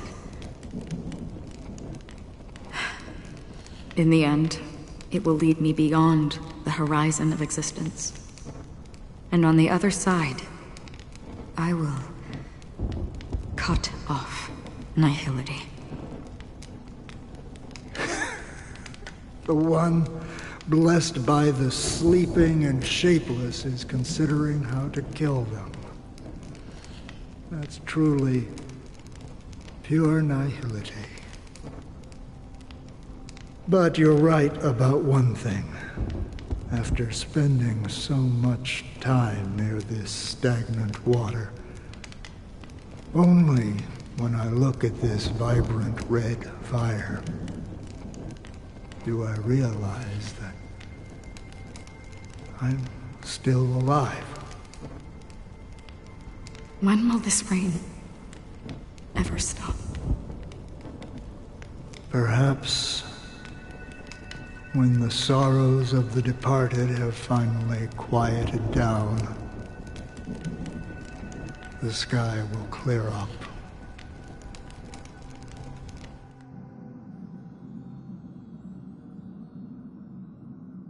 Have you heard of a planet named Biari Scamandros, Don Hung? It's one of the Paradise Kingdoms under the influence of the Harmony. A sought-after wonderland for the inhabitants of the Dardanu Major and Minor systems. Half an Amber Era ago, the family held an unprecedented festival there. And after that, everyone on the planet became part of the family. Do you think the same thing will happen on Penacony? Yes. Or how else can we explain it? The family deliberately used the Watchmaker's invitation to keep all the Pathstriders here, but banished the Emanator of the Nihility. Because of the nihility, I'm rarely affected by the power of other paths, but somehow I can unconsciously infiltrate them. Maybe that's the risk they're trying to avoid. I would disagree. Biaris Comandros is not part of the credit system or connected to the Silver Rail. It's nothing more than a remote civilization sheltered by the Harmony. But Penacony is different. If the family messes with Penacony, that would be like declaring war on almost half of the factions in the cosmos. They have no reason to do that. No, they don't. If they truly serve the Harmony, that is. What do you mean? The path in Penacony is impure. The Harmony here has impurities. Do you remember the Ancient Swarm disaster? Tazerond, the propagation, brought endless havoc to the universe, and it eventually evolved into a fierce battle among all eons.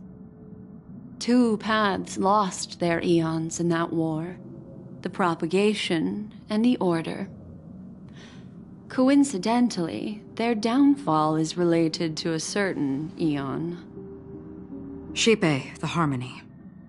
Legend has it that they participated in the crusade against the Imperator Insectorum and devoured Anna the Order for unknown reasons. Holy forgaroni. So you're saying that the 2 leaderless paths are working behind the scenes? But I don't see any descendants of the propagation in Penacony. Could it be that the remnants of Beyond the Sky Choir are hiding within the family, trying to resurrect a fallen eon? I can't say for sure, but they're definitely planning something for the Charmony Festival. Whoa, this is getting way too complicated. Is this why you want us to leave Astana right away? Are you giving up? The Charmony Festival will start soon. There's one thing that I need to confirm no matter what. A warp jump is the best way to do so. Time is running out. I have another plan.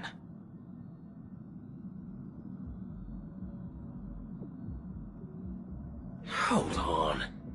Are you thinking of using the Jade Abacus of Allying Oath? Exactly. The assistance from the Lawful Cloud Knights would be enough.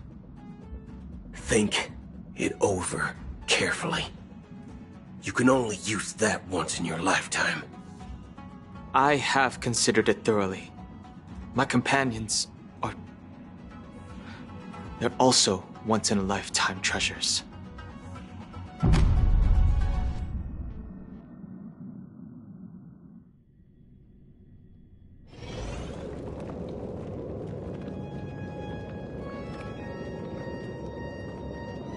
Are you the only one here, my child?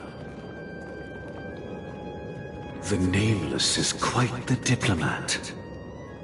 Our secrets have spread like wildfire within the family. And IPC starships are gathering towards Astana. This is a crucial moment for us. So, where is the chosen one who harmonizes the varied sounds?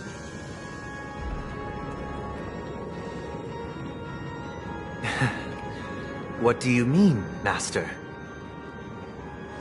I'm right here in front of you, aren't I? You know, she was supposed to be the star of the Charmony Festival in our plan. But the plan has changed. As her brother, I know she doesn't want to sing for the Order, so I'll take her place. You've always been wise beyond your years. I'm sure you understand the consequences of your choice. If you consider this a betrayal, well, there can't be 2 suns in the sky. I'll step up and take down the other sun if necessary. Do you believe in karma? If karma exists, then everyone has their own karma. You have yours, and I have mine. And my karma has nothing to do with you, Mr. Gopherwood.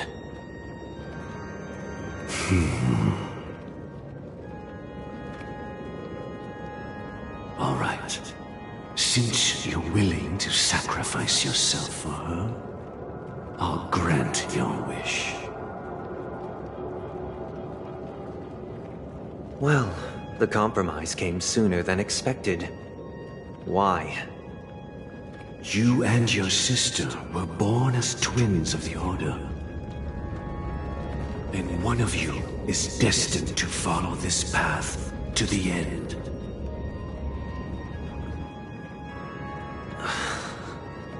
Is this part of your plan?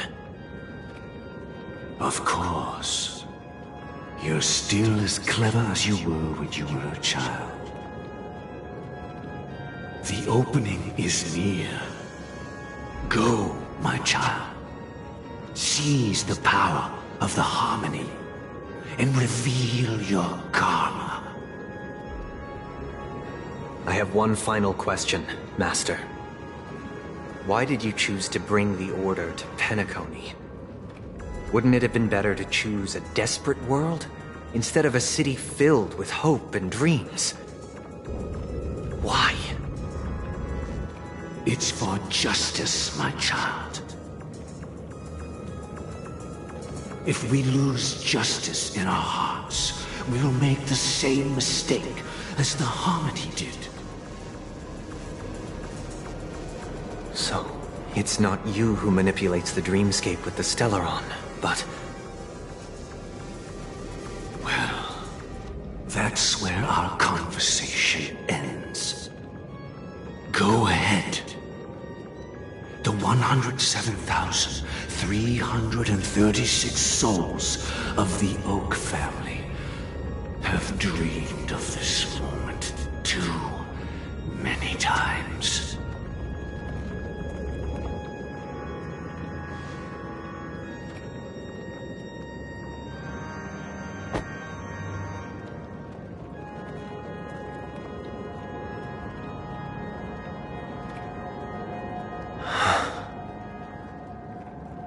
I shall ascend to the heavens, becoming the scorching sun.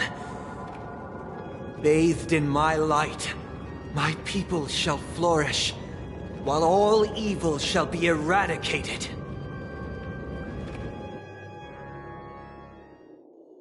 This is the interior of the Penacony Grand Theater. It's quite exhilarating to be flushed into the air by Soulglad. But why is the venue still closed when the Charmony Festival is about to start? And not only that, the entire theater is eerily quiet. No audience, no staff, no one around.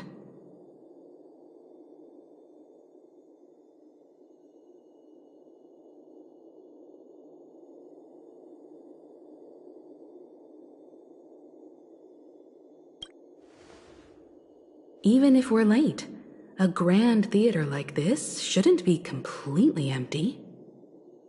Let's explore around. Be careful, everyone.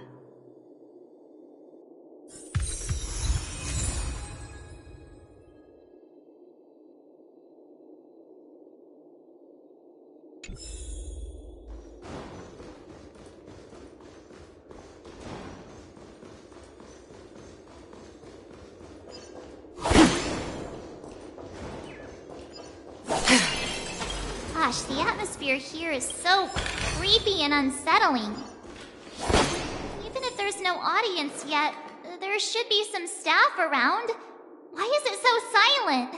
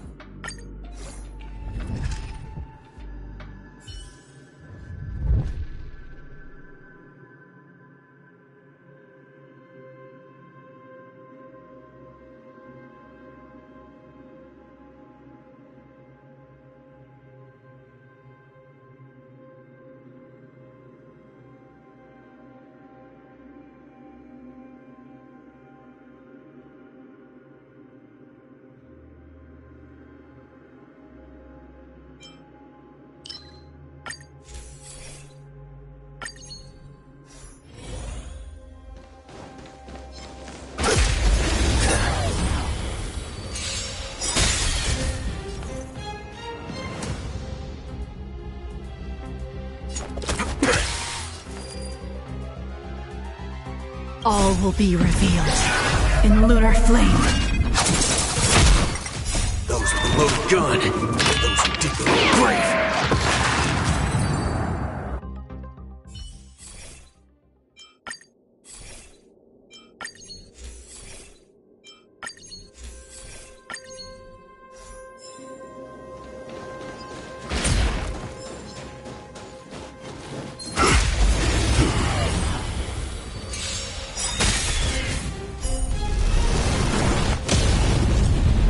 Watch this awesome move!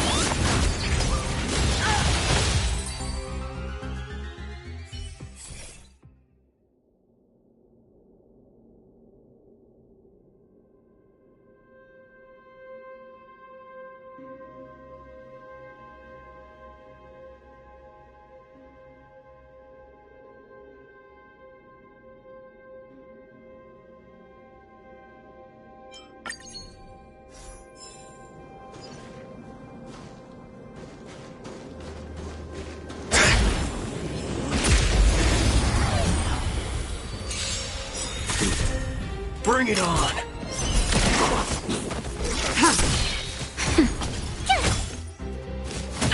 Let's duel!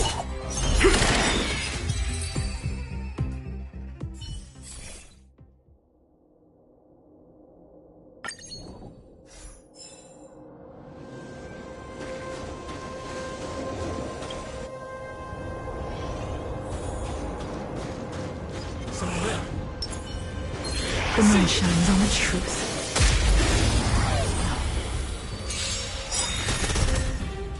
Those with the loaded gun. Those who dig the grave.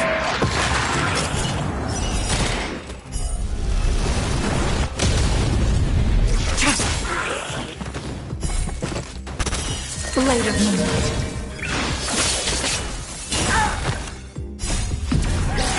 In lunar flame.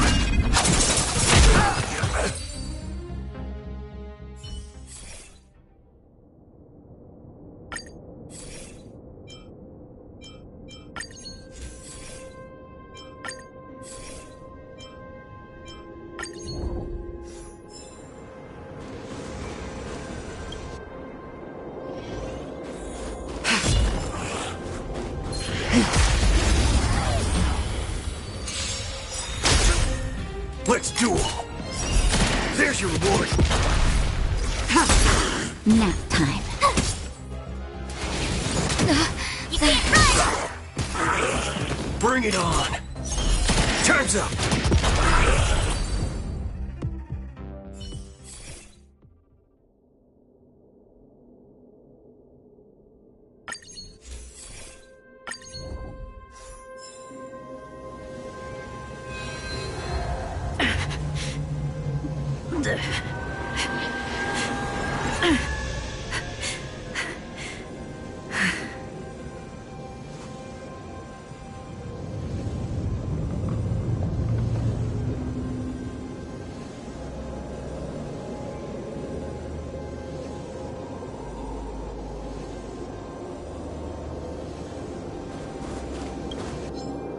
Taste some malice in the air.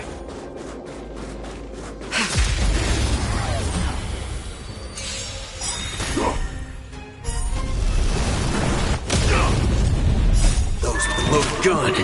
Those who dig the grave. Watch this awesome move! In lunar flame. Let's duel! There's your reward!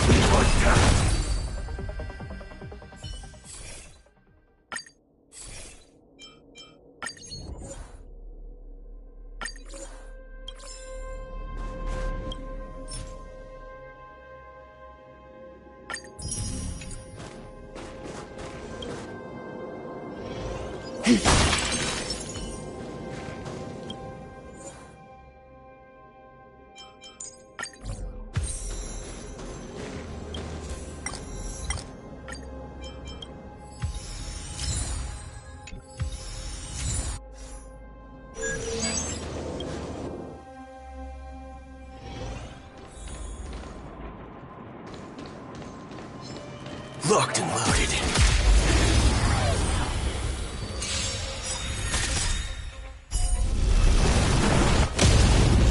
Bring it on! Time's up!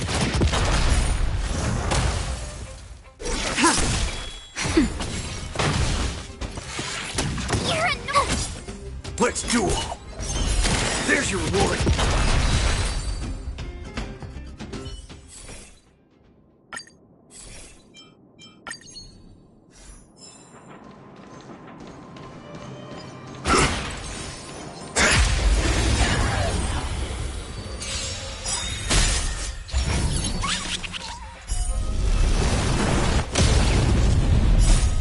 Loaded gun. Those who dig the grave.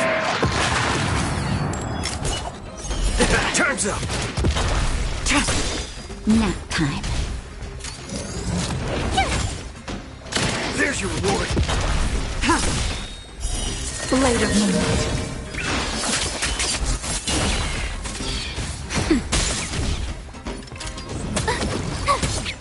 Let's duel. Time's up.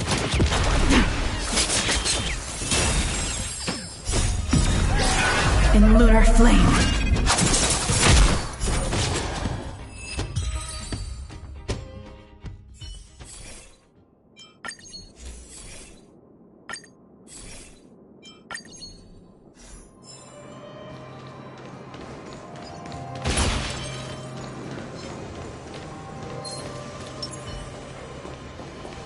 The moon shines on the truth.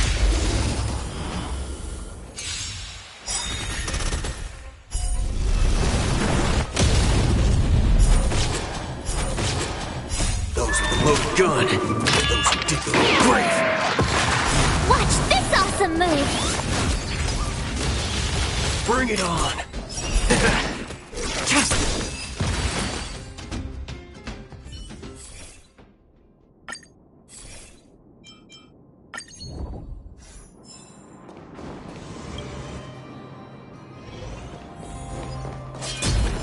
What was that? The moon shines on the truth. Locked and loaded.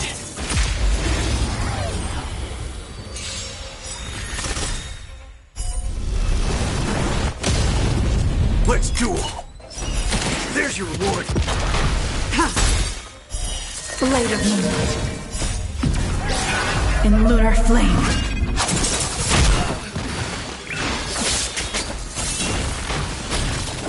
Bring it on. Those with the loaded gun.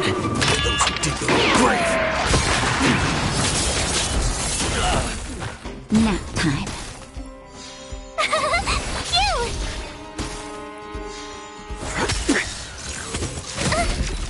Try that again. In lunar flame.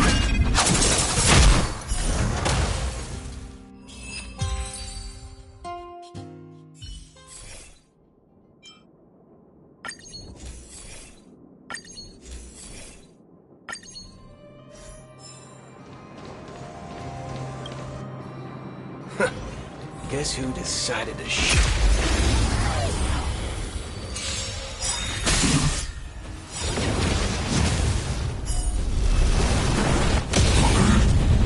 Those with the loaded gun. Those who dig the grave. Watch this awesome move! In lunar flame. Let's duel. Time's up. Blade of moonlight.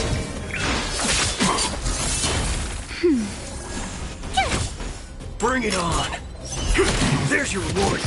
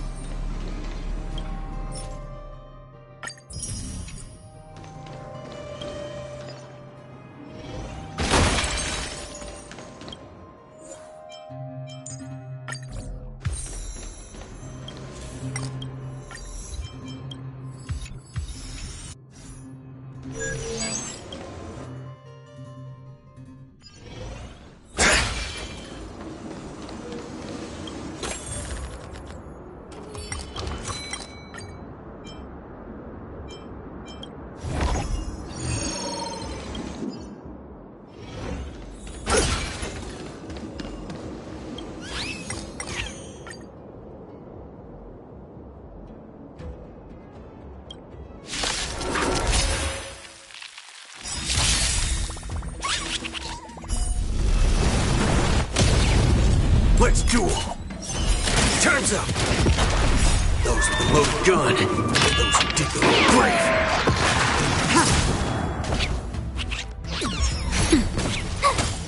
Bring it on! There's your reward!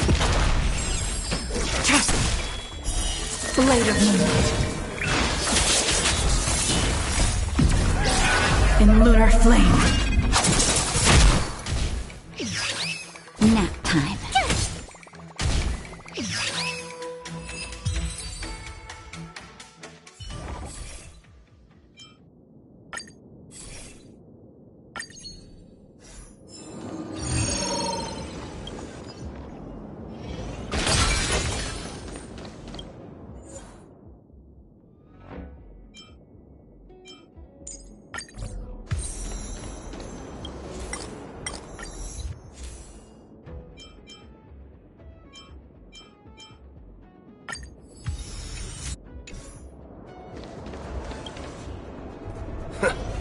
Guess who decided to show up?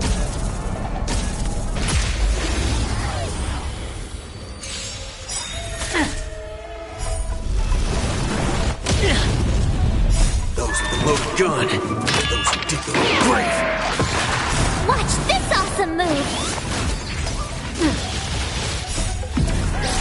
In lunar flame. Let's duel! Blade of Moonlight.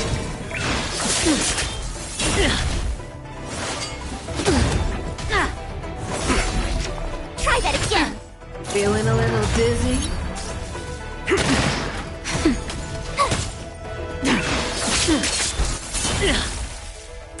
can't kill me. Ready? Try harder. Nap time. Here! Bring it on! You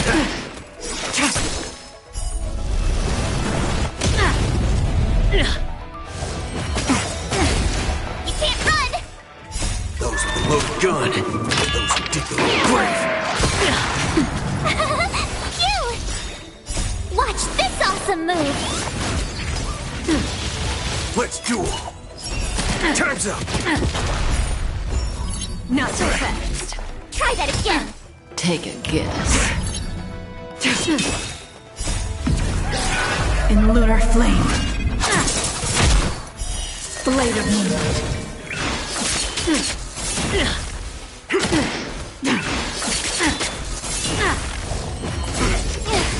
You can't run!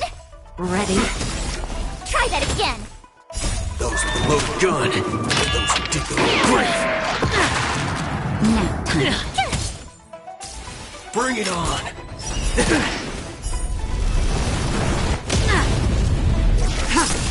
Don't be scared. See you later. You can't run! I'm okay. Try that again!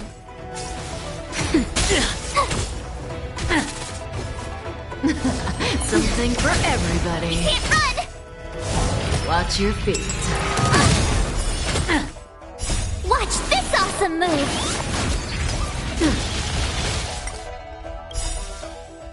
Just run faster! I'm okay. See you later.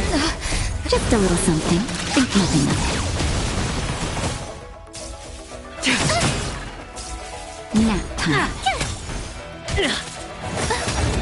Who will it be?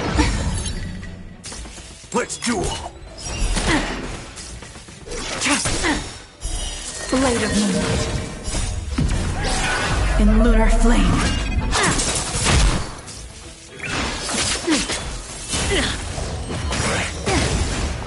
Those with the loaded gun, those who dig their own grave!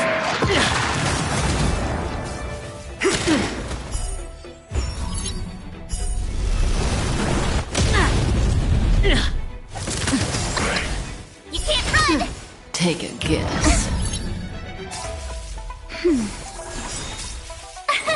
Here! Bring it on! Something for everybody. Try that again! Watch this awesome move! How do you like that? You can't run! Those with a loaded gun. Those who dig the grave. Just a little something. Think nothing of it.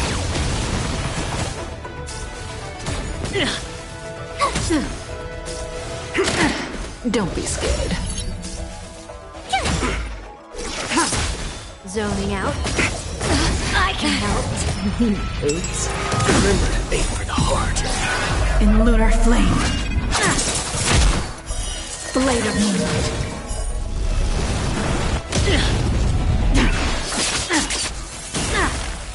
That's better.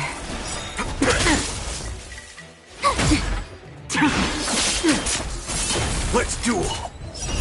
There's your reward.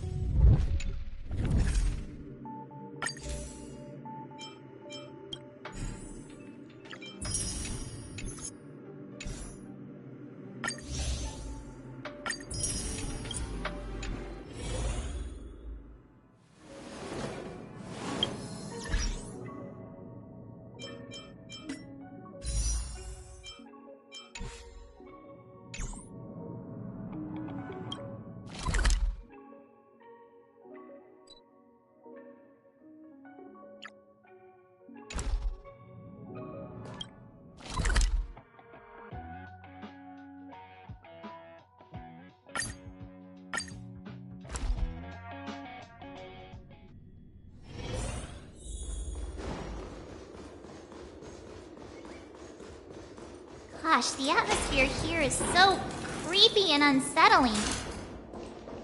Even if there's no audience yet, there should be some staff around. Why is it so silent?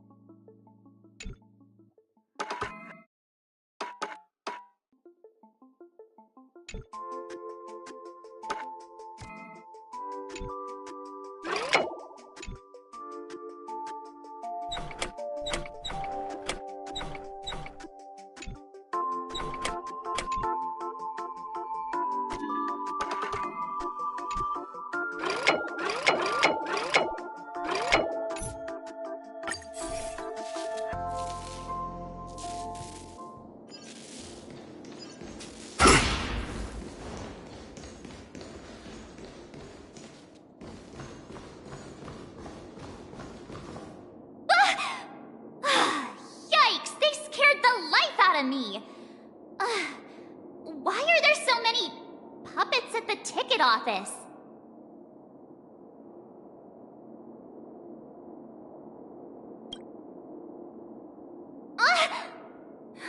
Stop it! Are these puppets part of the stage setup? Even so, it's so eerie that the entire front hall is empty.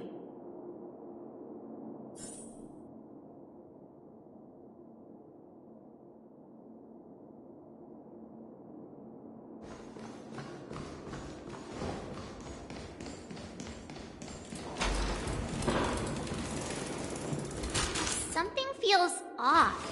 We're in the right place, right? There's no other grand theater in the dreamscape. So Sunday's messing with us? He said we'd have a final showdown on the stage, but why is there no one here? My apologies for the delay, March 7th. You scared me! Where are you now? I'm waiting for you behind the curtain. Following the Asdana tradition, I invite you to enjoy a stage play in 3 acts before the festival begins. History is a mirror reflecting the universe's true essence. Let's use this opportunity to delve into the rich history of Penacony and the eons. Within it, naturally, the future takes shape.